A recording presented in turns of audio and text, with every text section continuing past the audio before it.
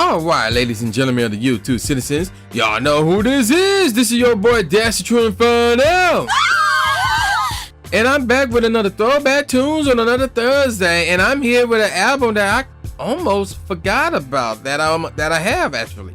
And that is Gang Starr's Moment of Truth. In real talk, I thought Gang Starr was a person, but instead it was actually a duo. And notice how I'm using the words and past tense lingo to describe this group. I'll get more on that in a second. So, Moment of Truth is the fifth album by Gang Starr that came out March 31st, 1998. So at that point, I was finishing up my freshman year of high school. So this album came out under no, as in two O's, N-O-O, no Tribe, or Tribe, T-R-I-B-E, no Tribe, we're gonna go with Tribe, no Tribe Records and Virgin Records. So, they recorded the album in sessions at D&D Studios, which is in New York City. So, and this album took from 97 to 98 to record, remember. And this came out 4 years after the previous album, Hard to Earn. This album could be perceived as a comeback with a newer, updated style of the group's already established jazz ting hip-hop, as stated by Guru in the introduction. Lyrically, the album is more emotional and socially conscious than previous installments, which is okay. I don't know about the previous installments, but this, again, as far as this album being emotional and socially conscious, yeah, this is it. So basically, expect a lot of mellow out joints right now, right here. So before we get on, as far as more info on the album, we need to get on with information about the group. So the original group was founded by Keith Elam, who was at the time known as MC Keithy E, and DJ 12 Beatdown, also known as Mike D, with various producers such as Donald D, J.V. Johnson, or the 4-5 King helping out their earliest recordings, which was back in 1986, where they made various demos. Alright, so in 1989, 3 years later, the group split up, and the only member willing to continue under the name was MC Keithy E, aka Keith Elam, who changed his name to Guru. So he soon got in touch with Houston, Texas native DJ Premier, who was known at the time as Rax Master C, and they became Gang Starr once again. Now here's what happened after they, did some albums together, things of that nature. In 2006, though, Guru indicated in several interviews that Gang Starr had reached its end. So that was pretty interesting. So basically, Guru and DJ Premier had a fallout. So in 2010, Guru suffered a heart attack and went into a coma and died on April 19, 2010. Solar, who was a longtime collaborator of the artist, said Guru chose not to go public with the diagnosis of myeloma, how you pronounce that, I apologize, that was made in 2000. Guru appeared to have fallen out with DJ Premier 7 years prior to his death and didn't, and I quote, not wish my ex-DJ to have anything to do with my name, likeness, events, tributes, etc. There is speculation, however, that the letter was not written by Guru but was actually composed by his business partner, Solar. The validity of the statement continues to be heavily questioned by Guru's family and many of his contemporaries within the hip-hop culture. Soon after, DJ Premier stated that there was a post-Guru death Gang Starr CD/DVD project in the works and most likely to have been released in 2014, but nothing has been released. Premier confirmed in late 2015 that he was working on a Gang Starr biopic, how you pronounce that? Biopic? Yeah. With the cooperation of Guru's sister, Patricia Elam. So yeah, there you go with that. Now we can get on with the album. Info on the album, that is. So the album features more guest artists than previous Gang Starr releases, and I'll get more on those later. Production on the album features healthier, more melodic, and more mature beats from DJ Premier, which is true. The album is the group's most commercially successful album to date, which is true. I'll get more on that in a second. Moment of Truth debuted at #1 on the top R&B/hip hop album charts. It went on to sell over 500,000 copies and was certified gold by the RIAA on March 7, 1998.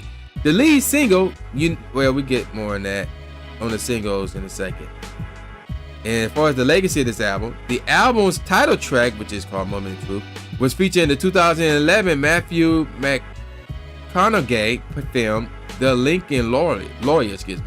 The track title also appeared in the soundtrack of the 2001 video game Dave Myra Freestyle BMX 2, and the song Work appeared on ESPN promos for SC6 with Michelle and Jamel. So you know that Sports Center show that comes at 6 o'clock, hosted by Michelle and Jamel? Yeah, they used that song or the beat or the song in general for the promos for that song, or for the show, excuse me. Now let's get on with the charts real quick for Moment of Truth. So as mentioned, this is their fifth, excuse me.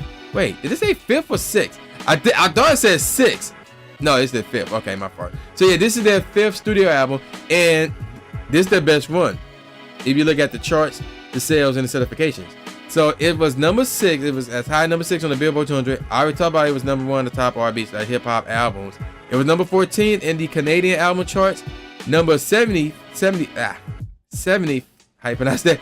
In the French chart. I ain't gonna pronounce what the chart's name is again. I ain't doing that. It was 94th on the GLK Entertainment charts. That's Germany. 51st in the Mega charts out in the Netherlands.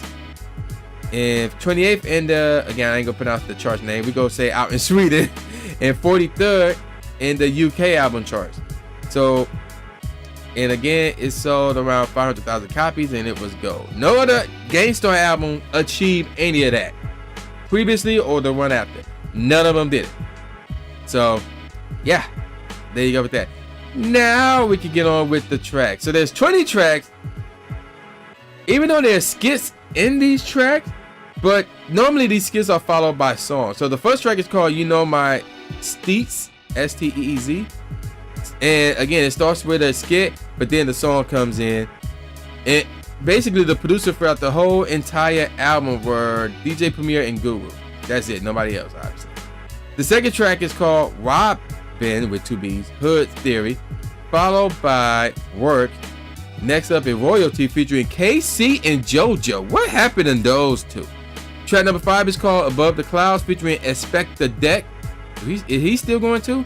Track number 6 is called JFK to LAX, followed by It's with a Z, a Setup featuring Hannibal Stacks. Track number 8 is called Moment of Truth, you know, the same name as the album, followed by track number 9, which is called BI, which is abbreviated, versus Friendship featuring MOP. Track number 10 is called The Militaire, featuring Big Shug and Freddie Fox. I probably said that title wrong, but whatever. Track number 11 called The Rep Grows Bigger, with an A at the end, followed by What I'm Here For, the number 4.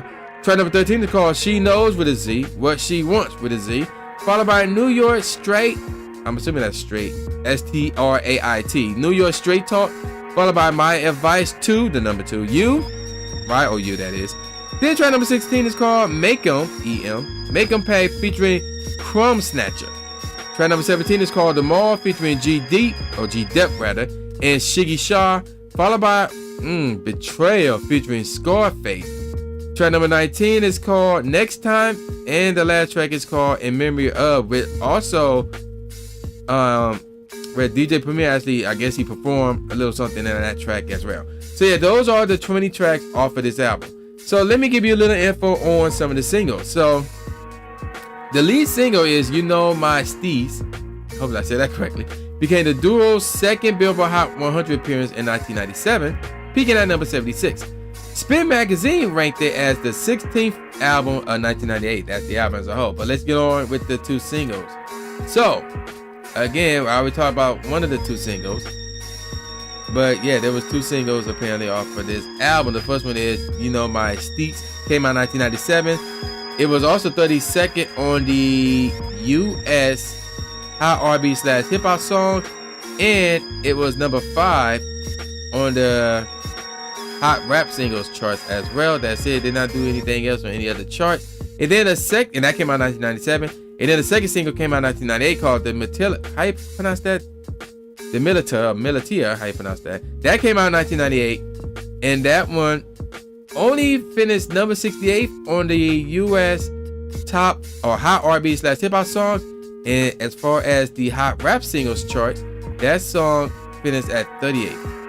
So let me give you all my best tracks off this album from the bottom on up. Again, no track on here is bad, but there was two that was just decent, and that is this.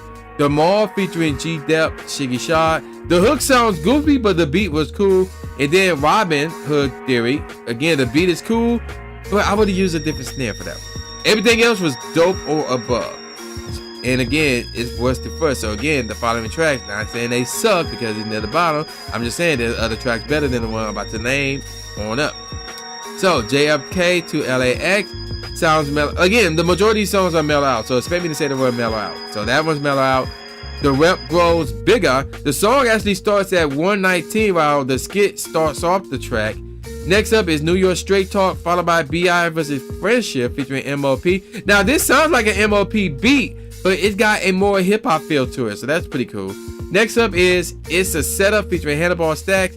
Then we got that track, The Militaire, featuring Big Shug and Freddie Fox. Next up is Work. Then Above the Clouds featuring Inspector Deck, which is kind of underrated for me because I didn't really mess with it like that. I need to mess with it more often. And you know my Steve's, the beat for that one is dope as well. Next Time is a Mel Out joint. And then we got She Knows What She Wants, which have a familiar sample, but it's a really dope beat, and it's again a Mel Out joint. And speaking of Mel Out joints, In Memory Of ... is the next track, and that's a favorite of mine right there. Mel Out joint, familiar samples again, and it's deep, obviously. And then of course we got Betrayal featuring Scarface. So this song starts off at 40 seconds into the track, and the beginning is like a skit or whatever. It's a real Mel Out joint. If you hear that beat, you're going to be going, oh my gosh, this joint is so mellow out. And I really like this one. This is another of my favorites right here, right now. Now, let me give you guys my 5 best tracks off this album. 5th best track is My Advice to You. This is the 5th best track off this album right here. The beat is really dope, and this is real hip hop right here, dog. That joint is dope. That's another underrated track for me, dog. I need to mess with that one more often. 4th best track off this album, What I'm Here For. That's another mellow out joint, and I really like this one, and this one is really dope right here, dog. 3rd best track off this album is Make 'Em Pay featuring Chrome Snatcher. And it's another favorite. It's another mellow out joint, and it's another track that is dope. 2nd best track off this album is Royalty. And the beat is extremely dope featuring Casey and JoJo, dog. That joint is crazy, man. And the best track off the album, which is called Moment of Truth, is called Moment of Truth. So yeah, there you go. This is a favorite of mine without question, dog. Mellow joint, and this is true hip hop right here, man. When I first heard it, I nearly stopped what I was doing, which was like reviewing this album and taking notes and stuff, and just wanted to listen to the whole thing from start to finish. I was that close to doing that, dog. So, Moment of Truth is the best song off of the album, Moment of Truth. There you go with that. So, let me give you guys some professional ratings real quick. All Music gave it 3 out of 5 stars. They stupid. The Chicago Tribune gave it 4 out of 4 stars. Excuse me. Entertainment Weekly gave it a B+. The LA Times gave it 3 out of 4 stars. NME gave it 8 out of 10. The Rolling Stone Album Guide gave it a 3.5 out of 5 stars. And The Source gave it a 4.5 out of 5 stars. So, what do I think about this album? Okay, let me answer that question with a question of my own. If I look in my right hand, how many fingers do I see? If I look at my right foot, how many toes do I see? I mean, do I need to go on? This is a 5 out of freaking 5. I mean, come on. The beats are phenomenal. They're done by DJ Premier, and in my opinion, this is DJ Premier at his very best. Without question, dog. Like some may say, when he was doing beats for Nas, that was when he was at his very, very best. You know, so you're talking the Illmatic stage and the It Was Written days, things that nature. But this joint right here was dope as heck, dog. You should. I don't think I have this. I need to find one. You should have a physical copy of this album in your collection. 5 out of 5. Go out, buy an actual copy of this album, a physical copy of this album, and have it in your collection. So there you go. So with all that out the way, man, y'all know who this is. This is the new Jake Gatsby, aka the new Stephen A. Smith, saying peace out, y'all, and I'll see y'all next time. Oh!